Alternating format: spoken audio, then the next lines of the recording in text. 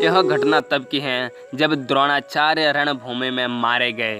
फिर कौरवों के लिए सबसे बड़ी समस्या यह थी कि अब कौन सेनापति बनेगा जो सर्वश्रेष्ठ हो। तब स्वयं रुद्र के अवतार अश्वत्थामा ने कहा कि हमें सर्वगुण संपन्न नरश्रेष्ठ कर्ण को ही सेनापति बनाना चाहिए, क्योंकि यह अत्यंत बलवान, शूरवीर, अस्त्रों के ज्ञाता, रण दुर्मद और सूर्यपुत्र यमराज के समान शत्रुओं के लिए असहाय है और पांडवों को जीतने में सक्षम है। तब दुर्योधन कहता है कि महारथी कर्ण पितामह भीष्म और गुरु द्रोणाचार्य से भी बढ़कर हैं। नमस्कार मित्रों, मैं हूं रतन सिंह और आप सभी का स्वागत करता हूं हिस्ट्री फैक्ट पर। संजय ने कहा, भरत नंदन महाराज, उस दिन जब महाधनुर्धर द्रोणाचार्य मारे गए, महारथी द्रोणपुत्र का संकल्प व्यर्थ हो गया और समुद्र के समान विशाल कौरव सेना भागने लगी। उस समय कुंती कुमार अर्जुन अपनी सेना का व्यू बनाकर अपने भाइयों के साथ रणभूमि में डटे रहे। भरत श्रेष्ठ, उन्हें युद्ध के लिए डटा हुआ जान आपके पुत्र ने अपनी सेना को भागती देख उसे पराक्रम पूर्वक रोका। भारत इस प्रकार अपनी सेना को स्थापित करके जिन्हें अपना लक्ष्य प्राप्त हो गया था और इसलिए जो बड़े हर्ष के साथ परिश्रम पूर्वक युद्ध कर रहे थे, उन विपक्षी पांडवों के साथ दुर्योधन ने अपने ही बाहुबल के भरोसे दीर्घ काल तक युद्ध करके संध्या काल आने पर सैनिकों को शिविर में लौटने की आज्ञा दे दी। सेना को लौटाकर अपने शिविर में प्रवेश करने के पश्चात समस्त कौरव परस्पर अपने हित के लिए गुप्त मंत्रणा करने लगे। उस समय वे सब लोग बहुमूल्य बिछौनों से युक्त मूल्यवान पलंगों तथा श्रेष्ठ सिंहासनों पर बैठे हुए थे, मानो सुचाद शैयाओं पर विराज रहे हो। उस समय राजा दुर्योधन ने सांत्वनापूर्ण परम मधुर वाणी द्वारा उन महाधनुर्धर नरेशों को संबोधित करके यह समयोचित बात कही, बुद्धिमानों में श्रेष्ठ नरेश्वरों, तुम सब लोग शीघ्र बोलो, विलंब न करो। इस अवस्था में हम लोगों को क्या करना चाहिए और सबसे अधिक आवश्यक कर्तव्य क्या हैं? राजा दुर्योधन के ऐसा कहने पर वे सिंहासन पर बैठे हुए पुरुष नरेश युद्ध की इच्छा से नाना प्रकार की चेष्टाएं करने लगे।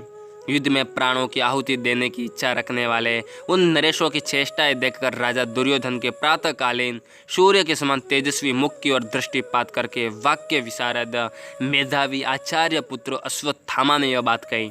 विद्वानों, अभीष्ट अर्थ की सिद्धि करने वाले 4 उपाय बताए हैं। राग यानी कि राजा के प्रति सैनिकों की भक्ति, योग यानी कि साधन संपत्ति, दक्षता यानी कि उत्साह, बल एवं कौशल तथा नीति, परंतु वे सभी देव के अधीन हैं। हमारे पक्ष में जो देवताओं के समान पराक्रमी, विश्वविख्यात महारथी वीर, नीतिमान, साधन संपन्न, दक्ष और स्वामी के प्रति अनुरक्त थे, वे सब के सब मारे गए। फिर भी हमें अपनी विजय के प्रति निराश नहीं होना चाहिए। यदि सारे कार्य उत्तम नीति के अनुसार किए जाए तो उनके द्वारा देव को भी अनुकूल किया जा सकता है। अतः हम लोग सर्वगुण संपन्न नरश्रेष्ठ कर्ण का ही सेनापति के पद पर अभिषेक करेंगे और इन्हें सेनापति बनाकर हम लोग शत्रुओं को मथ डालेंगे। ये अत्यंत बलवान, शूरवीर, अस्त्रों के ज्ञाता, रण दुर्मद और सूर्यपुत्र यमराज के समान शत्रुओं के लिए असहाय हैं। इसलिए ये रणभूमि में हमारे विपक्षियों पर विजय पा सकते हैं। राजन, उस समय आचार्य पुत्र अश्वत्थामा के मुख से यह बात सुनकर आपके पुत्र दुर्योधन ने कर्ण के प्रति विशेष आशा बांध ली। भरत नंदन, भीष्म और द्रोणाचार्य के मारे जाने पर कर्ण पांडवों को जीत लेगा, इस आशा को हृदय में रखकर दुर्योधन को बड़ी सांत्वना मिली। महाराज, वे अश्वत्थामा के उस प्रिय वचन को सुनकर बड़ा प्रसन्न हुआ। तत्पश्चात अपने बाहुबल का आश्रय ले मन को सुस्थिर करके दुर्योधन ने राधा पुत्र कर्ण से बड़े प्रेम और सत्कार के साथ अपने लिए हितकर, यथार्थ और मंगलकारक वचन इस प्रकार कहा, कर्ण, मैं तुम्हारे पराक्रम को जानता हूँ और यह भी अनुभव करता हूँ कि मेरे प्रति तुम्हारा स्नेह बहुत अधिक है। महाबाहो, फिर भी मैं तुमसे अपने हित की बात कहना चाहता हूँ। वीर, मेरी यह बात सुनकर तुम अपनी इच्छा के अनुसार जो तुम्हें अच्छा लगे वह करो। तुम बहुत बड़े बुद्धिमान तो हो ही, सदा के लिए मेरे सबसे बड़े सहारे भी हो। मेरे 2 सेनापति पितामह भीष्म और आचार्य द्रोण जो महारथी थे युद्ध में मारे गए। अब तुम मेरे सेना नायक बनो, क्योंकि तुम उन दोनों से भी अधिक शक्तिशाली हो। वे दोनों महाधनुर्धर होते हुए भी बूढ़े थे और अर्जुन के प्रति उनके मन में पक्षपात था। राधानंदन, मैंने तुम्हारे कहने से ही उन दोनों वीरों को सेनापति बनाकर सम्मानित किया था। तात भीष्म ने पितामह के नाते की ओर दृष्टिपात करके उस महासमर में 10 दिनों तक पांडवों की रक्षा की है। उन दिनों तुमने हथियार रख दिया था, इसलिए महासमर में अर्जुन ने शिखंडी को आगे करके पितामह भीष्म को मार डाला था। पुरुष सिंह उन महाधनुर्धर भीष्म के घायल होकर बाणसैया पर सो जाने के बाद तुम्हारे कहने से ही द्रोणाचार्य हमारी सेना के अगुआ बनाए गए थे।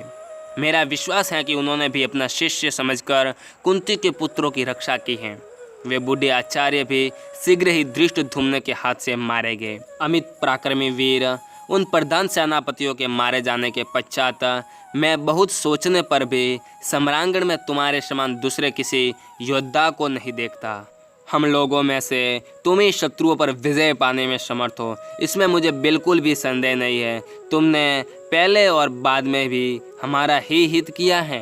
तुम धुरंधर पुरुष की भांति युद्धस्थल में सेना संचालन का भार वहन करने के योग्य हो, इसलिए स्वयं ही अपने आप को सेनापति के पद पर अभिषिक्त कराओ। जैसे अविनाशी भगवान स्कंद देवताओं की सेना का संचालन करते हैं, उसी प्रकार तुम भी धृतराष्ट्र पुत्रों की सेना को अपनी अध्यक्षता में ले लो। जैसे देवता इंद्र ने दानवों का संहार किया था, उसी प्रकार तुम भी समस्त शत्रुओं का वध करो। जैसे दानव भगवान विष्णु को देखते ही भाग जाते हैं, उसी प्रकार पांडव तथा पांचाल महारथी तुम्हें रणभूमि में सेनापति के रूप में उपस्थित देखकर भाग खड़े होंगे। अतः पुरुषिया, तुम इस विशाल सेना का संचालन करो। तुम्हारे सावधानी के साथ खड़े होते ही मूर्ख पांडव, पांचाल और संजय अपने मंत्रियों सहित भाग जाएंगे।